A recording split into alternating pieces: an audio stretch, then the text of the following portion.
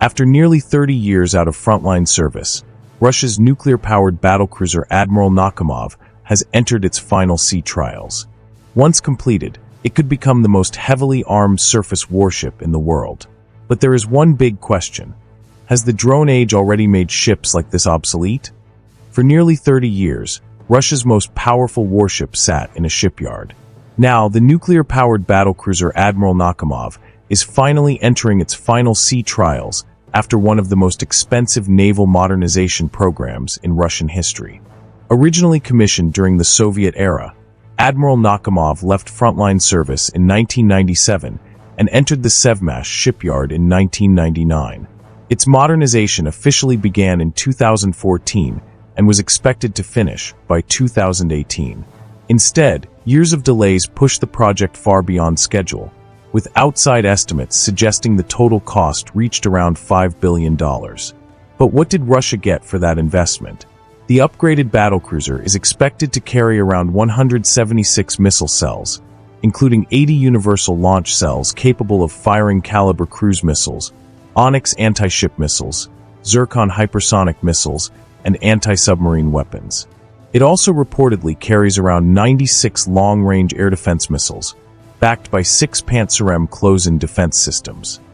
That enormous missile magazine has led some analysts to describe Admiral Nakhimov as carrying the equivalent firepower of 3 full S-400 air defense battalions, making it one of the most heavily armed surface warships ever built. The Admiral Nakhimov is the first warship to use a navalized S-400 variant, with this system having been installed during refurbishment to replace the older Soviet-era S-300F system that was previously integrated. The S-300F had a much more limited 90-kilometer engagement range using 5V-55R surface-to-air missiles, and while significant efforts were made to modernize the system, including developing the enhanced S-300FM variant with more than double the range, investment in naval air defenses declined significantly after the USSR's disintegration. The navalized S-400 is expected to provide an engagement range of up to 400 kilometers using 40 N6 surface-to-air missiles, and to integrate complementary classes of shorter-ranged missiles for a multi-layered defensive capability.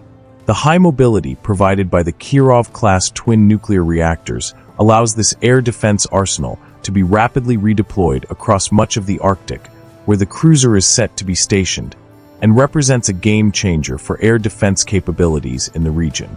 On paper, this makes Admiral Nakhimov a true missile monster. It combines long-range strike capability, layered air defense, powerful sensors, and unlimited range thanks to its nuclear propulsion. However, there's one major problem. The world has changed dramatically since this modernization began. The war in Ukraine has shown that relatively inexpensive sea drones, long-range missiles, and unmanned aircraft can threaten or even destroy much larger warships. Concentrating so much firepower, technology, and highly trained crew into a single ship also creates a single high-value target. Russia is also unlikely to build another cruiser like this anytime soon. With its only aircraft carrier, Admiral Kuznetsov, still unlikely to return to service, and the aging Pyotr Veliky expected to retire, Admiral Nakhimov is set to become the flagship of Russia's northern fleet.